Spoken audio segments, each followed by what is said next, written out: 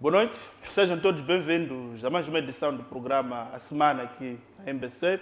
É sempre assim todos os domingos. Salomão Moiana é o nosso comentador aqui residente que faz uma análise daquilo que foram os principais temas da semana. Neste domingo, Salomão, começamos logo com o primeiro tema da semana que escolheu fazer essa análise, que são as celebrações dos 50 anos da independência nacional. Como é que viu este movimento desde o lançamento da chama até, digamos, ao epílogo, o momento mais alto, que foi a festa que teve lugar no dia 25 de junho no Estádio da Independência, este Estádio da Machava? É o novo nome do Estádio da Machava. Muito obrigado. E eu creio que cumpriu-se a agenda prevista para os 50 anos da independência. Todas as festividades previstas, creio que foram realizadas, desde o lançamento da tocha em Nangadi, no dia 7 de abril, que percorreu todos os distritos de Moçambique. E são 154 distritos pelos quais a tocha passou e percorreu todas as capitais provinciais. E pronto, e finalmente chegou no dia 25 de junho ao Estádio da Machava, na altura, e depois do seu rebatismo passou a ser Estádio da Independência Nacional. E penso que cumpriu-se o percurso previsto. As festividades também, para mim, foram bem feitas, foram bem organizadas.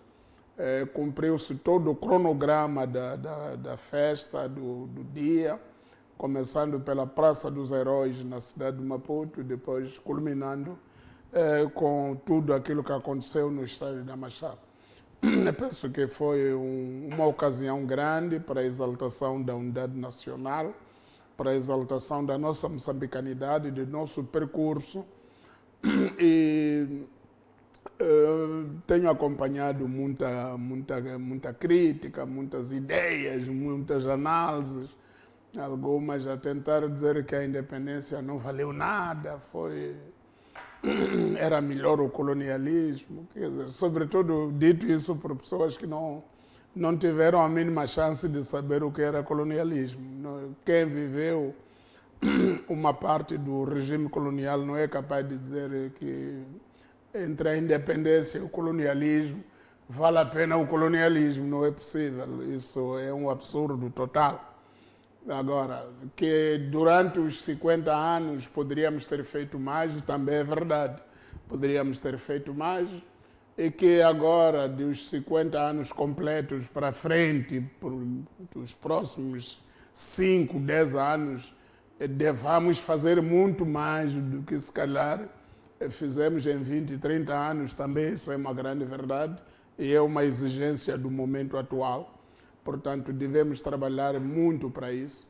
E penso que, em termos gerais, assim, de uma maneira geral, não houve grandes reparos a fazer. Há um debate que anda por aí sobre as enchentes. Estava vazio, e não sei quantos. Há muita coisa que é preciso ter em consideração para... Não era possível, na minha opinião, desde sempre, eu entendi que não é possível hoje, de 2025, encher o Estádio da Machava. Mesmo se o Samora estivesse vivo, não ia encher o Estádio da Machava. O ímpeto, a mobilização de 1975 não se compara mais, não se vai comparar mais. A alegria para ver a independência, para ver a bandeira portuguesa arrear-se e subir a bandeira nacional pela primeira vez na vida, é incrível, é uma sensação única, não se repete. Não podemos esperar repetir isso. Mesmo se fosse o presidente Samora Machel, ainda em vida, a dirigir o país, não era capaz de encher o Estádio da Machava. Se calhar por isso mesmo, o próprio presidente Samora só foi ao Estádio da Machava no dia 25 de junho e acho que voltou no dia 24 de julho para anunciar as nacionalizações o resto fez na Praça da Independência. Não foi mais ao Estádio da Machava. Ele próprio tinha o termômetro da mobilização política da população. E depois, naquele tempo, em 1975, as pessoas, para saber o que se passou no Estádio da Machava, só podiam ir lá ou escutar pela rádio. Mas a única forma de ver era ir ao Estádio da Machava. Hoje podemos ver isso na televisão. Em 75, Moçambique não tinha televisão. Em 75 não havia televisão em Moçambique. Há muita gente que até fala na televisão, mas não sabe que em 75 não havia televisão em Moçambique. A primeira experiência de televisão aconteceu em 1981, quando se criou a TVE, Televisão Experimental, que só veio ser a TVE quase 10 anos depois. Mas muita gente acha que o Moçambique de agora era o mesmo de 75. Não, mudou muito. Há coisas incríveis que aconteceram em termos da transformação profunda da geografia, da morfologia do país, e de muita coisa, dos aspectos físicos, novos bairros, e muita coisa que aconteceu. E também estou a ouvir um debate também meio falso sobre, não se muda o nome de Estádio da Machava para Estádio da Independência.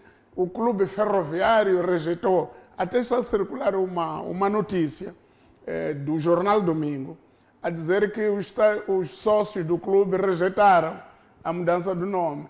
Mas não estão... E as pessoas são tão maldosas que quando colocam isso, fogem do contexto. Aquilo é uma notícia do Jornal Domingo de 2016, quando o Clube Ferroviário queria transformar o Estádio da Machava em Estádio 25 de junho, quer dizer, que é o dia da independência. E houve os 40 sócios que tinham cotas em dia no Clube Ferroviário. Entre eles divergiram. E depois houve uma decisão de que, não pode ser 40 pessoas apenas a decidir isso, temos que adiar para uma altura em que haja mais abrangência para discutir. Isso em 2016. Mas quando as pessoas colocam nas redes sociais essa notícia, dão a entender que foi agora. Quer dizer que foi agora. Não foi nada agora. E mais, aquele Estádio da Machava não é a primeira vez que muda de nome. O Estádio da Machava foi inaugurado em 1968. Na inauguração do Estádio da Machava em 68, era Estádio Salazar, não era Estádio da Machava. Chamava-se Estádio Salazar. E ninguém votou, ninguém discutiu se ia ser Salazar ou não. Foi o Estádio Salazar, acabou. E acabou. Determinado pelo governo da altura, que era o governo colonial. Agora, isso de que o Estado pertence aos caminhos de ferro, e os caminhos de ferro pertencem a quem? Pertence ao próprio Estado moçambicano. Portanto, naquele tempo também pertencia aos caminhos de ferro. Mas os caminhos de ferro era a empresa do Estado colonial português. Portanto, não há crise de mudança de nome. E depois ficou Estádio Salazar, e nessa altura, nesse dia, quando se inaugurou em 1968, esteve muito cheio, esteve abarrotado. Há quem diga que tinha mais de 40 mil pessoas. Mas por quê? Porque no dia da inauguração houve um jogo internacional. Brasil contra Portugal. Jogaram ali. Quer dizer, aquelas estrelas todas de Portugal e aquelas estrelas do Brasil vieram jogar na inauguração do Estádio da Machava. Claro que tinha que estar cheio. Mesmo se agora o governo de Moçambique tivesse dito o seguinte: depois das festividades políticas, segue-se um jogo internacional, até podia ser Moçambique, África do Sul, não é preciso ir buscar grandes coisas. Ficava cheio na mesma. Quer dizer, ficava cheio por pessoas que gostam mais de futebol, se calhar, do que de política. Mas nessa altura iam aproveitar também fazer parte do mosaico político que foi assistir às festividades do dia 25. Portanto, penso que mudar o nome para o Estado da Independência não pode ser polêmico. E aquele nome do Estado da Machava também não é original. Era Estado Salazar, foi mudado em 75 pelo governo, este governo moçambicano. Na altura achou que devia ser Estado da Machava por estar localizado na Machava. É o mesmo governo que agora acha que devia ser Estado da Independência, porque é ali onde se... Exatamente. Portanto, penso que não... As pessoas muitas vezes não têm matéria para encontrar polêmica, então criam polêmica em todo sítio. E eu penso que, de uma maneira geral, este assunto fica encerrado.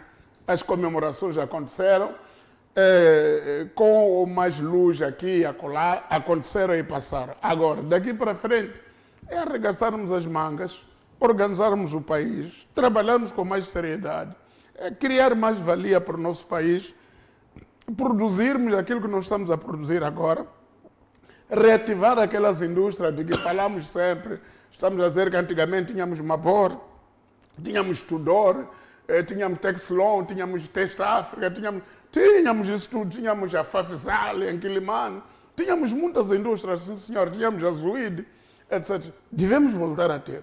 Faliram porque essas indústrias? Faliram porque os donos abandonaram.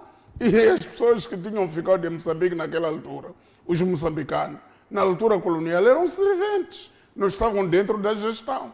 Agora, hoje em dia, que já temos muitos moçambicanos, aparentemente com muita capacidade, e alguns até graduados ao mais alto nível das universidades que nós temos, eu tenho expectativa de que os novos engenheiros, os novos gestores, sejam capazes de ajudar o país a reativar o parque industrial do país. Então, penso que é isso, é nessa direção que temos que apostar. Apostar em reconstruir a indústria em Moçambique, reconstruir a agricultura, reconstruir todas as áreas que nos últimos 50 anos foram eventualmente negligenciadas dentro das políticas públicas do governo. O presidente Chapo, quem circula até na cidade de Maputo, foram colocados outdoors em que o presidente Chapo anuncia uma nova era, ou seja, depois de 50 anos vamos começar uma nova era. Há condições políticas para nós dizermos que Moçambique, depois de 25 de junho de 2025, vai entrar numa nova era? Eu acho que sim. Eu acho que até há pressão política para que entre na nova era. Eu penso que há condições políticas, sim. Agora, o que é nova era? Nova era é uma nova visão de desenvolvimento. Ela existe? Tem que existir. Se não existe, tem que existir. Pelo menos existe a vontade para tal. Porque o primeiro passo para existir uma boa política de desenvolvimento é haver vontade para que isso exista. E, aparentemente, tudo que o presidente tem vindo a dizer até aqui enuncia uma nova visão, uma nova vontade política. Agora, o que é preciso, e isso dissemos desde o princípio, é que a vontade política do presidente seja complementada por uma equipa técnica arrojada, uma equipa técnica mais proativa e que não esteja aí atrás do presidente a repetir que vamos fazer coisa diferente para obter resultados diferentes. Quem disse isso foi o presidente. Os outros não têm nada que andar a dizer isso. Tem que trabalhar, mostrar resultados diferentes na prática. Então, temos as condições para isso acontecer. Agora, o que é preciso é trabalhar, colocar recursos onde sejam chamados e colocar pessoas necessárias para dinamizar o desenvolvimento e controlar a execução das tarefas por parte dos agentes mandatados para realizar as coisas. Eu penso que se nós perdermos estes 3, 4 anos para arrancar para uma visão nova de desenvolvimento, para uma prática diferente, vamos perder o comboio do desenvolvimento no seu todo. Uma questão, Salomão, que estávamos aqui a ver, em relação a essa questão dos 50 anos, há uma crítica muito grande em relação à forma como a Frelimo geriu o pós-independência. Mas também a Frelimo diz que não. O que fez com que, de facto, os planos de desenvolvimento, os PPIs, décadas de desenvolvimento, por aí adiante, não deram certo, foi por causa da guerra. Na sua opinião, onde é que ficamos? Não, na minha opinião... Se a guerra da Renamo, nós teríamos, de fato, dado o salto qualitativo ou não? Com esse tipo de dirigentes que assumiram a independência? Não, é o seguinte, eu penso que há duas situações. Uma das maneiras de avaliar as coisas é ver que também o modelo que nós estávamos a usar, o modelo socialista, não fracassou por causa da guerra. fracassou por causa da queda do socialismo a nível internacional. Eu estive muito atento em 1984. O Marcelino dos Santos foi a Varsóvia. Havia uma coisa chamada Camecon, que era o mercado dos países do leste, que tinham os signatários do Pacto de Varsóvia. Antigamente havia Pacto de Varsóvia, havia OTAN, havia NATO e Pacto de Varsóvia. Eram blocos militares e ao mesmo tempo econômicos. E o Marcelino dos Santos foi para lá e voltou desapontado. E chegou aqui e contou ao presidente Samora Machel que nós temos que tomar outras medidas, já que eles não querem nos financiar. Estão a dizer que o nosso socialismo ainda não é científico. E nós estamos a construir estamos aqui a bater pela construção do socialismo científico. Mas estão a dizer que vocês estão numa etapa ainda muito incipiente para merecer grandes apoios, aqueles apoios que davam a países como Romênia, como Cuba, etc. E negaram dar. E nessa altura, logo a seguir a isso, em 1985, o presidente Samora Machel anunciou que ia ter com o Ronald Reagan, em Washington. E houve aqui muita preocupação. Como é que vai? Por que vai ao visitar a pátria do imperialismo? E é nessa altura que o presidente Samora diz que nós temos que procurar sobreviver. Porque aqueles que todo este tempo disseram que iam nos apoiar até as últimas consequências, agora estão a dizer que ainda não qualificamos para o apoio que eles devem nos dar. Então, mas nós temos necessidades imperiosas aqui. E é nessa altura, em 1984, que o ministro das Finanças, o Rui Baltazar dos Santos Alves, viaja para aquela coisa, como é que se chama, esse acordo entre a União Europeia, na altura era a CE, CE e os países africanos, quando nasce o grupo ACP, África, Caraíbas e Pacífico, e a sede dele era no Togo. Então eles foram lá exatamente assinar o acordo de Lomé II. E a partir daí, o Moçambique entra no Lomé e fica signatário dos acordos, quer dizer, fica vinculado às políticas capitalistas pela primeira vez, e aqui dentro começa a liberalização do mercado. Começa a ver, porque na altura os preços mesmo de tomate estavam centralizados, estavam tabelados pelo Estado. Então é aí onde tudo começa. Não se invocava muito ainda os efeitos maléficos da guerra, mas estava-se a invocar que as políticas nossas, nós fazíamos um grande esforço aqui para a construção do socialismo científico. Mas as pessoas que aparentemente deviam nos amparar estavam a dizer que o nosso socialismo ainda não era tão científico como o socialismo dos outros. Então não qualificava para os apoios que nós queríamos. Então o país tinha que se virar. Então, eu penso que a guerra contribuiu, mas a política interna, a orientação política do país, no princípio, foi um pouco extremista, foi um pouco seguidista da orientação soviética. E veja que ainda havia conflitos entre a União Soviética e a China. Houve aquele conflito sino-soviético, em que nós ficávamos em algum momento no meio, não sabíamos se fôssemos mais para a China, o que a União Soviética diria, se fôssemos mais para a União Soviética, o que a China diria. Até que um dia o presidente Samora Machel fez uma declaração pública, dizer que nós não somos chineses, nem somos soviéticos, somos moçambicanos. Nós cooperamos com todos aqueles que resolverem melhor os problemas do país. Eu penso que a guerra contribuiu muito, por causa da devastação no campo, etc. Mas a política econômica seguida pelo país também não era das melhores, não era muito, muito mobilizatória. Era uma política de centralização de tudo, em que tudo era controlado pelo Estado. Quer dizer, a iniciativa privada em Moçambique, quando é que foi autorizada? No 4º Congresso. Agora, na década de 80, já depois, quer dizer, quando o presidente Samora, já apertado com essas coisas, começou a dizer que temos que mudar a maneira de estar. Mas também nesse 4º Congresso da Frelimo, quando se autoriza a política capitalista, é uma política capitalista em que até se dizia quantos empregados cada dirigente devia ter, o máximo. tinha que ter 2 ou 3 empregados, não mais que isso, senão tornava-se um grande capitalista. Quer dizer, Um burguês. Isso é um burguês. Isso vem de muito longe. Então, eu penso que a nossa própria preparação para seguir as grandes políticas internacionais contribuiu muito para o nosso atraso. O atraso na maneira de fazer as coisas. E havia um extremismo político interno, o combate contra a corrupção não era um combate...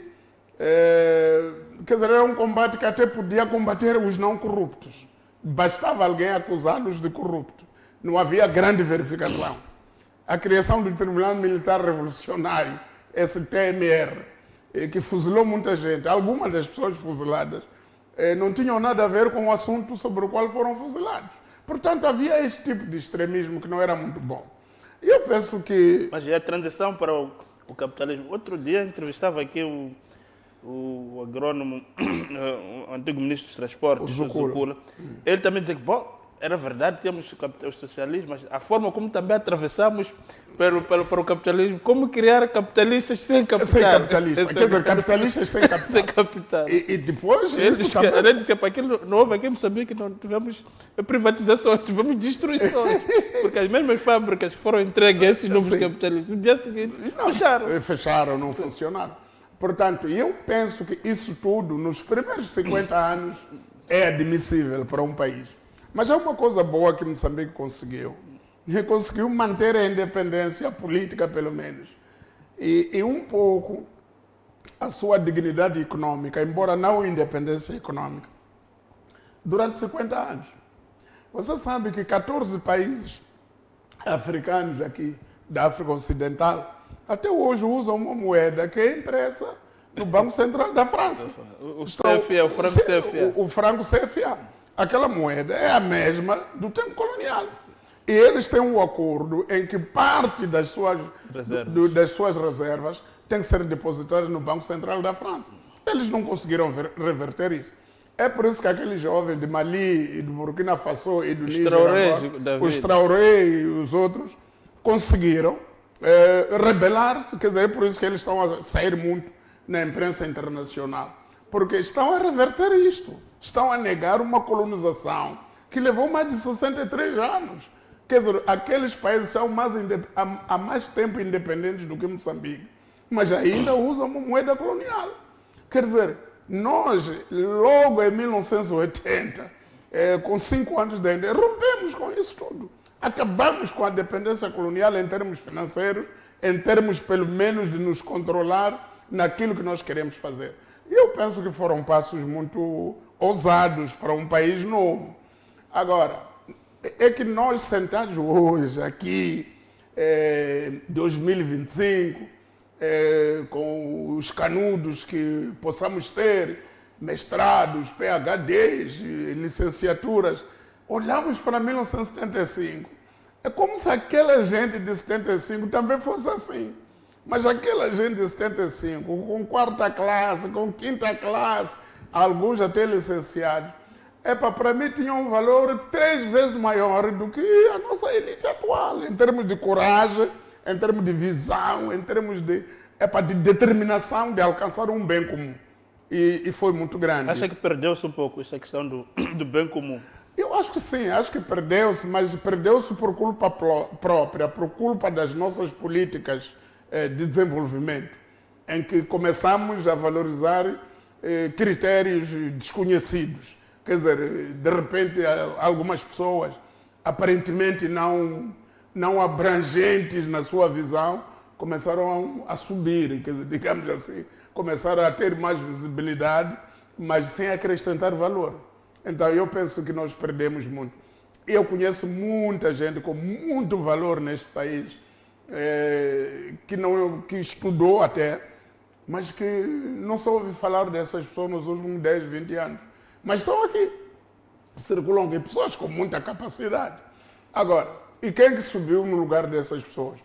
Subiram os oportunistas, subiram aqueles que dizem mais viva do que o outro, aqueles que conseguem falar mal de todos ao mesmo tempo, conseguem caluniar, conseguem inventar histórias. Quer dizer, passaram a subir os artistas e deixaram de estar no poleiro da direção do país, normalmente pessoas com capacidade, com dignidade e com empenho sobre o bem comum.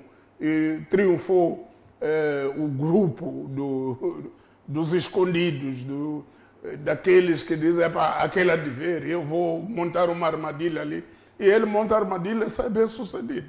E eu penso que a coisa, é oportunidade esta, é para nós mudarmos o país.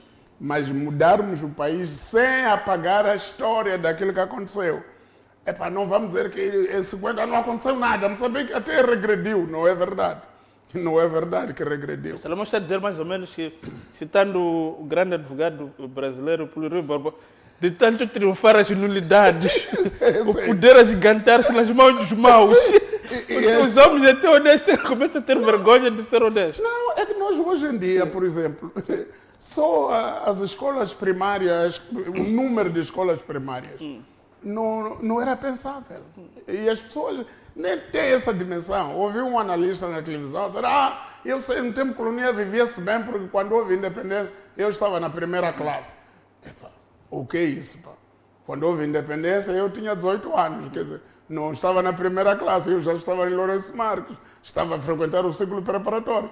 Portanto, não é verdade que estávamos a viver melhor naquele tempo. O número de escolas que temos hoje, a capacidade que nós temos como país, é diferente, é diferente. Nós somos um país. Agora, podíamos ser um país melhor? Sim, é isso que nós queremos ser. Queremos ser melhores do que somos. Em que aspecto? Em todos os aspectos.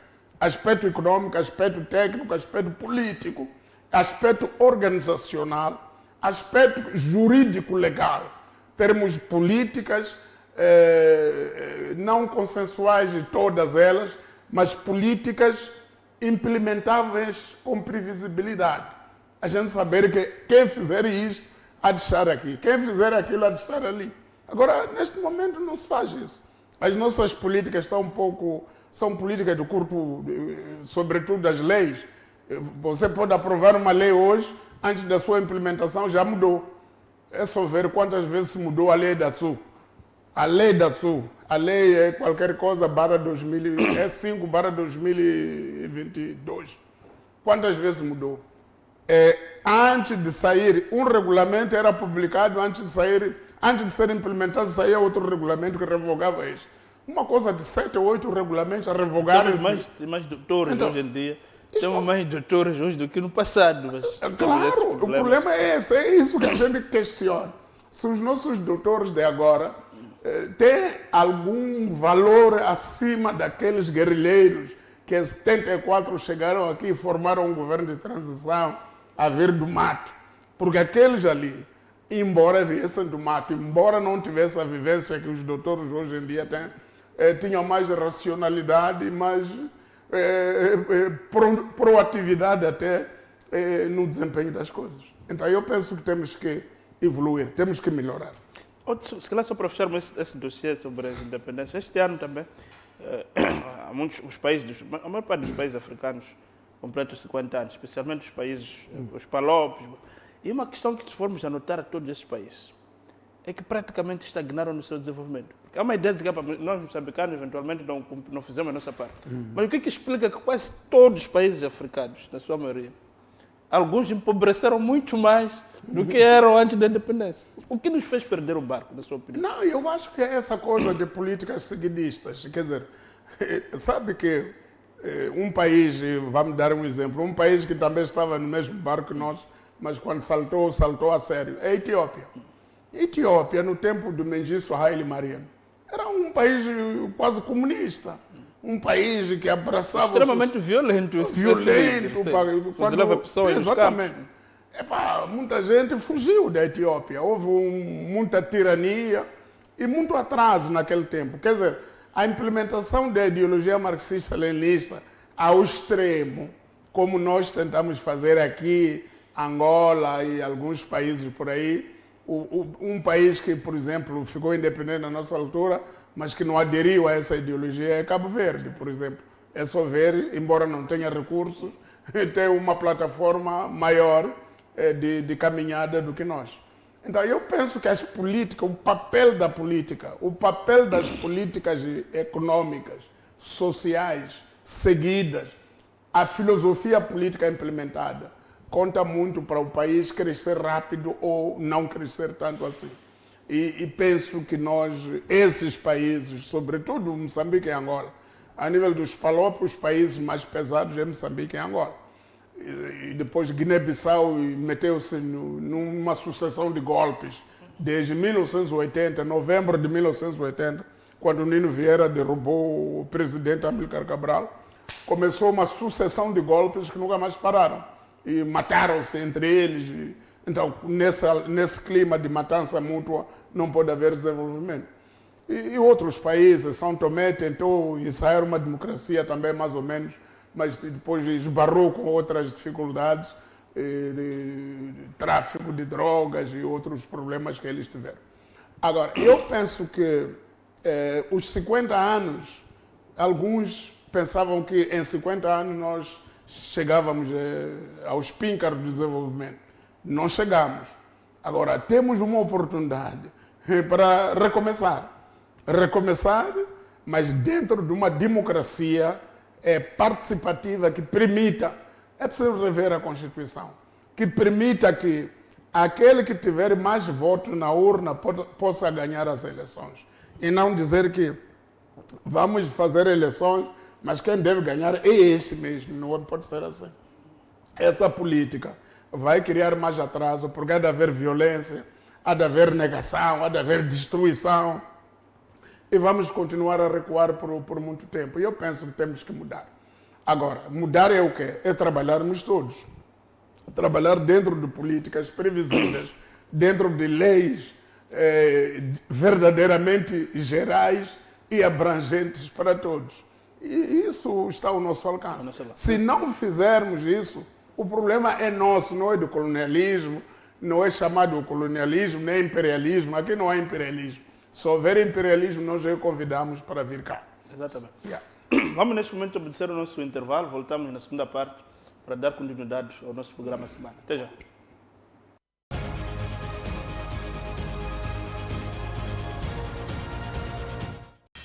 De 15 de junho a 13 de julho, assiste nos canais desportivos da TMT a batalha dos maiores clubes do futebol da FIFA. Subscreve o pacote Nova mensal e assiste 30 dias do pacote básico. Se a tua última subscrição foi básico mensal, subscreve o mesmo e assiste 30 dias do pacote clássico. Se a última subscrição foi clássico mensal, subscreve o mesmo e tenha 35 dias de puro futebol. Viva as emoções do Mundial de Clubes da FIFA e não perca um jogo sequer. TMT, o mundo digital em sua casa. A MBC-TV chega com toda a força, trazendo programas inovadores, entrevistas e reportagens que fazem a diferença. Através da TV Cabo, pelo canal 352. Poderá acompanhar informação e conteúdos que inspiram e conectam com uma programação feita à medida com toda a qualidade que você merece. MBC-TV. Conectando o mundo.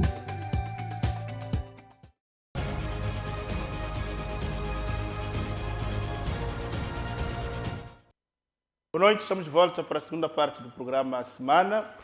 Nesta segunda parte, Salomão, esta semana também foi marcada pela morte do famoso general Mackenzie, o último chefe do Estado-Maior da Afonso Dhlakama. E o que salta à vista é que, contrariamente àquilo que acontece na Frelimo, quando morre um combatente, há um movimento de solidariedade, há um movimento. Na Renamo, tirando um poste fraquito do Suf Momad, não aconteceu mais nada. É questão de cultura, não há essa cultura. A cultura de honrar pessoas na sua plenitude, não é? E podemos até ter cultura de usar pessoas, mas não termos cultura de dignificar as pessoas na sua total dimensão. E eu penso que o general Mackenzie, o Timothy Mackenzie, é um grande homem. Foi o Dhlakama, quando nós íamos a Santo Gira, lá para 2013, 2014, nos apresentou várias vezes o general a dizer que este eu é que o recrutei. Ele é de Mavonde, lá no distrito, em Manica. E eu é que o recrutei, fui lhe pedir em casa dele, ele e o irmão dele, mais novo. E levei a ele, eu é que o treinei. E esteve comigo sempre, depois ficou ferido, depois tratamos, ele ficou bom. E é ele que está a segurar o Estado-Maior depois da guerra, isso. Depois daquela guerra em que houve muitos chefes do Estado-Maior. Até o Raul Domingos chegou a ser chefe do Estado-Maior. E houve vários chefes do Estado-Maior e tal. Mas agora, depois da guerra, e nessa nova guerra que reacendeu, depois das eleições de 1999, sobretudo a eleição de 2004, e que o Dhlakama saiu de Maputo, foi ficar em Nampula, depois de Nampula atravessou para Santo Gire. O novo chefe do Estado-Maior foi este, o general Mackenzie. Quando o SUF assume a presidência, este era o chefe do Estado-Maior, que recebeu o SUF lá na Serra e ficou com ele. Já familiarizado com os assuntos. Não com o SUF, não os conhecesse, porque também é general, só que já não vivia lá na montanha há muito tempo, vivia cá. Agora, não aparecer nem um velório, nem uma cerimônia de honrar, já é cultura na RENAM. Agora, em abril, nos finais de abril, morreu o senhor Bento Mavia. O Bento Mavia é um quadro da RENAM de grande nível e foi membro da comissão política, esta última comissão política, esta dirigida por o SUF. Morreu, ninguém foi lá. Foram os militantes vulgares para o velório, para fazer aquilo.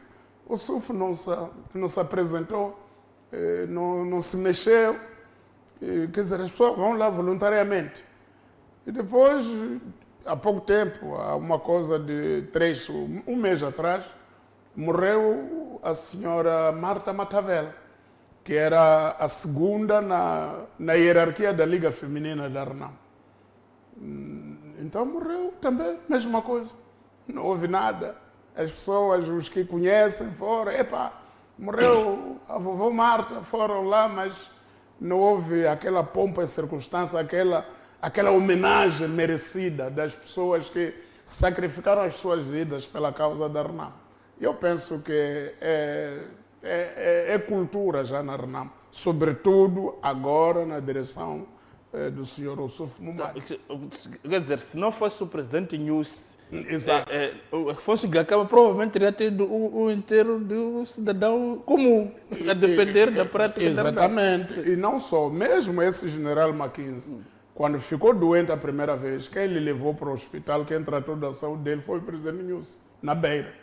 E o presidente Nyusi foi ao hospital visitá-lo e dar-lhe apoio material no hospital. O Ossuf Mumari não foi nem um dia ao hospital visitar o general dele. Quer dizer, isso é grave, não é? É muito grave. Então, pronto, eu penso que é a tal necessidade de refundar a RENAM. A RENAM tem que ser um partido normal, um partido de pessoas com coração, pessoas que conhecem e reconhecem a trajetória dos outros que fizeram a RENAM. Sob pena de também no dia em que provavelmente o SUF for chamado por Alá e as pessoas enterrá-lo como um cidadão comum. Não acontecer nada de especial. Pior agora que o amigo dele, o presidente Nyusi, já não tem os poderes que tinha, porque o presidente Nyusi ainda podia organizar uma coisa digna à volta dele. Não sei, não acredito. Agora, como membro do Conselho do Estado, se calhar, e pode acontecer isso. E eu penso que também não pode ser assim. Não pode ser coisas episódicas, de que aquele não é. Dentro da RENAM tem que haver um regulamento de como é que eles enterram os seus dirigentes. Agora, eu perguntei a vários quadros da RENAM na última sexta-feira, porque acho que morreu na quarta, o general Mackenzie. Eu perguntei, vocês têm algum comunicado? Tem alguma previsão de fazer um funeral contigo? Alguém disse, não, lá na sede, na janela, colaram um papelinho que diz que o general Mackenzie morreu. O general Mackenzie não é homem de um papelinho colado na vitrina. É um general que aguentou com muitas situações difíceis Aliás, é o general que contribuiu bastante para o DDR. Este DDR, ele que era o comandante da equipa toda, ele que apresentou as pessoas que devem estar no DDR. E porque estavam sob o comando dele. Esses 5 mil e tal últimos que entraram no DDR é com ele. Agora, de repente, morre, não há nada a acontecer. Não pode ser assim. Eu penso que já criticamos muito a Renamo aqui, não gostaríamos de voltar a criticar por tudo o que acontece, mas também a Renamo tem que nos ajudar, tem que criar condições em que a gente não tenha por onde criticar. Agora, morrer uma figura dessa e ficar em silêncio absoluto, nem o próprio general Ossufo devia aparecer na televisão, anunciar numa conferência de imprensa, morreu o nosso chefe do Estado-Maior, a Renamo está a organizar um funeral assim, vai ter lugar na Beira, ou em Manica, ou em Chimoio, tanto faz, porque ele é da província de Manica, mas já anunciaram um programa oficial da Renamo, dignificante e conducente com o estatuto que ele tem. A UNITA tem feito isso no famoso complexo Ovismo em Luanda. Exatamente. São cerimônias muito grandes. São cerimônias gigantescas, até parecem cerimônias de Estado. Sim. A UNITA faz isso. Até luto partidário. Exatamente, mas nós passamos. A Renamo também tem bandeiras. Podia ter as suas bandeiras ameaçadas. Tem bandeiras em todo o sítio aí. Podia ordenar isso. Portanto, precisa a Renamo de fazer um regulamento da GISEC, das grandes figuras, dos dirigentes da própria Renamo. Como é que é feito isso? É cada um enterrar na sua aldeia. Aquele morreu ali, deixa aí.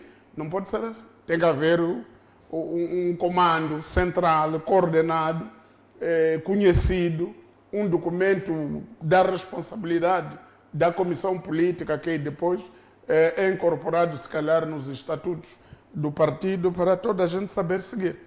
Para um partido que não reúne fica muito difícil. É difícil por causa disso. Como é que vai ser aprovado? Parece que reunir ali tornou-se um problema muito sério.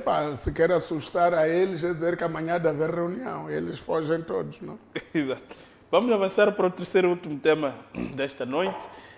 Tem que ver com o adiamento da sessão do Conselho de Estado, que tinha sido convocada, na qual devia ter participado o ex-candidato presidencial Venâncio Mondlane, mas também a audição que teve lugar na última sexta-feira durou mais ou menos 2 horas, por aí diante. Como é que olha para esses episódios? Acha que o Conselho de Estado foi estrategicamente adiado, tendo em conta que tomou-se conhecimento dessa diligência, ou não é por isso? Eu acho que não. Quer dizer, para a opinião pública, não é? Dá a entender que é isso, mas pode até não ser isso, pode ser de facto por razão de agenda do chefe do Estado ou de outras figuras. Mas não fica bem também anunciar uma reunião do Conselho do Estado e depois cancelar. A reunião do Conselho do Estado é uma reunião privativa, em primeiro lugar, do Presidente da República. Então, essa reunião não se marca publicamente quando não há condições para a sua realização. E depois cancelou-se. E depois cancela-se numa altura em que logo a PGR tem uma notificação a dizer que falta esclarecimentos adicionais que deve vir prestar. Então, dá a entender que estamos a dar oportunidade para que continue a haver este desgaste, que depois não é desgaste, torna-se uma grande mais-valia para o Venâncio, porque ele capitaliza isso. E na sexta-feira, quando saiu da PGR, toda a Avenida 25 de Setembro, estava cheio de gente e ele até arranjou um carro descapotável para ser mais visto e saudar as pessoas. Eu penso que nós podemos evitar isso, não criar novas situações. E o Conselho de Estado, até de acordo com o seu regulamento, creio que a primeira sessão tem que acontecer 60 dias depois da tomada de posse do Presidente da República, quer dizer, a sua Constituição completa. Então, penso que já está muito atrasado o Conselho de Estado, já devia ter acontecido há muito tempo, pelo menos a sua tomada de posse, a sua Constituição formal. Mas formal. você não conseguiu uma explicação como é que se convoca uma reunião de figuras que não foram empossadas? Não, tem que se convocar para irem tomar posse, em primeiro lugar. E eu penso que, se calhar, essa é uma das razões por que foi cancelada aquela reunião. Aquela reunião podia ser um grande embaraço. convocar membros do Conselho de Estado já com uma agenda. Número 1, a apreciação e aprovação da maneira de funcionamento, que não pode ser. A primeira sessão do Conselho de Estado é para a tomada de posse dos seus integrantes. Eles tomam posse, depois, se quiserem, no mesmo dia, mais tarde, podem reunir, mas se quiserem, podem reunir no outro dia, mas tem que tomar posse. Eles devem tomar posse para saber quem é quem. Quem, onde é que vai estar, qual é a hierarquia, qual é a distribuição das pessoas lá dentro. Da presidência. Exato. Mas é uma questão que o Venâncio disse na sua saída da Procuradoria, dizia que ele estava a ficar já indignado com a situação, no sentido em que nos diálogos que tem mantido com o chefe de Estado, parece há avanço em um conjunto de matérias, mas que ao mesmo tempo, depois constantemente ameaçado pela Procuradoria. Como é que olha para isto aqui? Bom, essa é uma percepção generalizada, não é só do Venâncio. Há um sentimento geral de que aquilo que, no dia em que reúne, todos nós ficamos muito felizes de dizer que finalmente as coisas estão a caminhar no bom sentido. E depois não caminham, quer dizer, há dificuldades. Não sei se são dificuldades jurídicas ou dificuldades materiais de implementar uma série de situações que têm sido acordadas nos encontros. Por exemplo, esta questão de não é amnistia, é libertação dos detidos em conexão com as manifestações. São indultos. Podiam ser indultos ou amnistia. Eu não sei como é que os juristas da presidência podem estrategicamente explicar isto, mas há uma coisa, o facto é que é libertação. Quer dizer, tudo que conduz à libertação deles. Isso não está a acontecer. E nos poucos casos que está a acontecer, não é dentro daquele espírito que foi combinado ou que pelo menos foi discutido nos encontros. E eu vi uma reclamação de uma plataforma, não sei se é plataforma ou é consórcio, chamado DICID, que diz que o indulto tem que ser universal. Não pode haver um indulto seletivo. Quer dizer, dentre várias pessoas detidas, eu olho para aquele ali, parece que aquele é meu simpatizante, então sai. Aquele ali parece que continua um pouco renitente, então fica. Não pode ser assim. E eu penso que o Estado não funciona assim. E, quer dizer, há muitas coisas que nós estamos a ver em Moçambique que são muito ao contrário de um funcionamento normal do Estado. Parece um Estado muito pessoalizado, um Estado de alguém. Não pode ser assim. Um Estado de direito ainda por cima. E eu fiquei feliz quando se tirou o juiz conselheiro do Conselho Constitucional para ser ministro da Justiça. Eu estava a dizer, agora já vamos ter uma justiça universal, uma justiça mais abrangente, porque está aí um doutor em direito e ainda por cima juiz conselheiro do CC. Então, quer dizer, para todas aquelas violações dos direitos humanos, ele é doutor em direito, ele já conhece toda a constitucionalidade do país. Mas não é o que está a acontecer. Não é o que está a acontecer. O que está a acontecer é um pouco pior do que aconteceu antes. Portanto, eu penso que o Estado não pode ser pessoalizado. Aqueles que têm a tendência de pessoalizar o Estado também um dia serão tratados pessoalmente pelo futuro Estado. Não podem fazer isso. O Estado não é de ninguém. O Estado é de todos nós. É uma entidade que acolhe a todos nós. E se há uma decisão do Estado de libertar pessoas em conexão com aquele tipo legal de crime, então liberta. Mas existe essa decisão? Não sei. E como é que alguns saem? Quem são os que saíram? Não, há triagem, há pessoas que estão a sair, há pessoas que estão a continuar. Então, não há critérios objetivos. Então, não são indultos, não são nem no quadro de uma amnistia, não, no quadro de uma outra coisa que não tem nada a ver com direito. O indulto tinha que ser publicado em BR. Exatamente, tinha que passar até pela Assembleia. O indulto decide sobre penas, a amnistia sobre crimes. Exatamente, mas não fora isso, é uma outra coisa. Não está acontecendo nem uma nem outra coisa. Sim. O que está a acontecer é que há libertações. São solturas seletivas. Sim. De determinadas pessoas. Mas pronto, agora... Isso é fora do quadro legal, digamos. Não Abrir e sai lá. Claro, por aí. Então, eu penso que temos que melhorar bastante e temos que ter uma conduta mais responsável. E mesmo esses diálogos com Venâncio devem chegar a um ponto em que produzem coisas conclusivas, não é? Dialogou aqui, terminou, depois daqui a mais um mês ou dois, dialoga-se mais uma vez e as pessoas ficam na espera. Quais seriam essas questões conclusivas? Por exemplo, se formos a ver...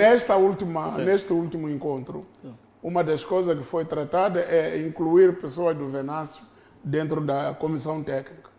O presidente ficou de ir consultar os restantes membros signatários do acordo do 5 de março. Como é que isso é feito? É feito incluir. Como é que é feito? Aquele é um acordo que foi publicado em Berto, como é que pode ter passou pelo Parlamento? Pode ter uma adenda. Pode ter várias adendas até, né? Eu acho que no andar dos tempos vai ter mais que uma adenda. Então pode-se fazer. Então, eu penso que tem que haver coisas conclusivas. Discutiu-se a questão da libertação dos detidos. Tem que se efetivar.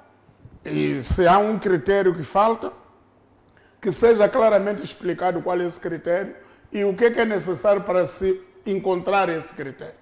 E estamos todos aqui, podemos contribuir para ver como é que se alcança esse critério. Discutiu-se a questão da assistência médica medicamentosa dos feridos nas manifestações e até do apoio psicológico a elas. E pronto, também não estamos a ver nada que esteja ligado com isso. Portanto, eu penso que não podemos tomar decisões e deixá-las... Houve um acordo ou discutiram-se possibilidades? Há um documento, uma ata que faz o roteiro das questões, que isso foi consensualizado? Ou é um conjunto de intenções que foi lá discutido? Eu acho que o chefe do Estado não discute intenções. Quer dizer, o chefe do Estado, quando está presente no encontro, a dirigir o encontro, esse encontro termina com decisões. E as decisões tomadas pelo chefe do Estado, quais são? Nesse encontro com o Venâncio. Tem um instrumento, qual é o instrumento jurídico que materializa a decisão do chefe do Estado? É um despacho, um decreto? Então o chefe do Estado foi lá fazer o quê? Fazer um divertimento? Não, o chefe do Estado, quando trabalha, depende dele. Ele pode ordenar que haja despacho, pode ordenar que haja um documento que reflita isso, e pronto. A não ser que o chefe do Estado esteja a fazer esses encontros na revelia do seu grupo político, que não concorde com isso. Pode ser que o grupo político, isto é, aquela Frelimo que elegeu o presidente, não esteja de acordo com esses encontros. Mas também, se não está de acordo com esses encontros, o chefe do Estado escusa-se de ir aparecer nesses encontros. Então não vai. Ele, se vai, tem que ter uma decisão conclusiva com isso. Tem que perguntar aquilo que o Sano disse que fez ao Dhlakama um dia, quando se encontraram pela primeira vez. Apertaram-se a mão e disse que é para Dhlakama, você quer paz? Dhlakama, sim. Você quer paz? Sim.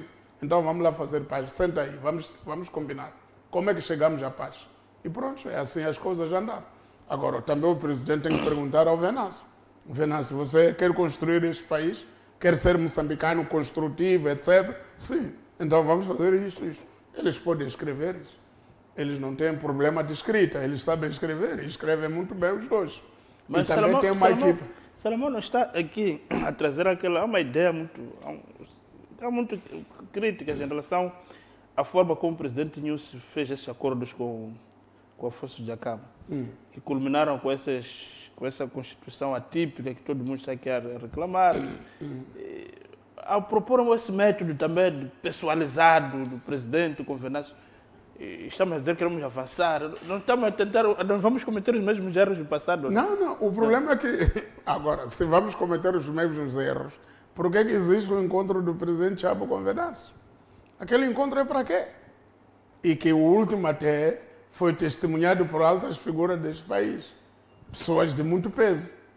Agora, este encontro é para quê?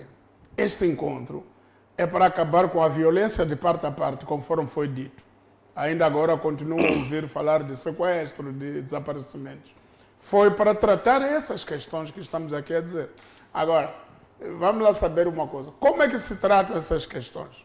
O presidente reuniu, saiu da reunião, o Venâncio também foi para a vida dele, 2 meses depois voltam-se a encontrar.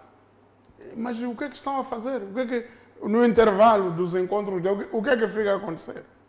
Se no intervalo dos encontros dele não acontece nada, quer dizer que são encontros para gastar tempo, são encontros para fazer passar o tempo.